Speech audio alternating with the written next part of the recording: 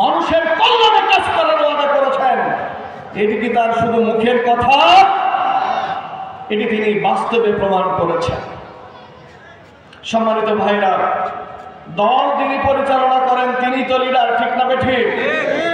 বাংলাদেশ জামাত ইসলামের একজন লিডার আছে, অন্যান্য দলেরও একজন লিডার আছে।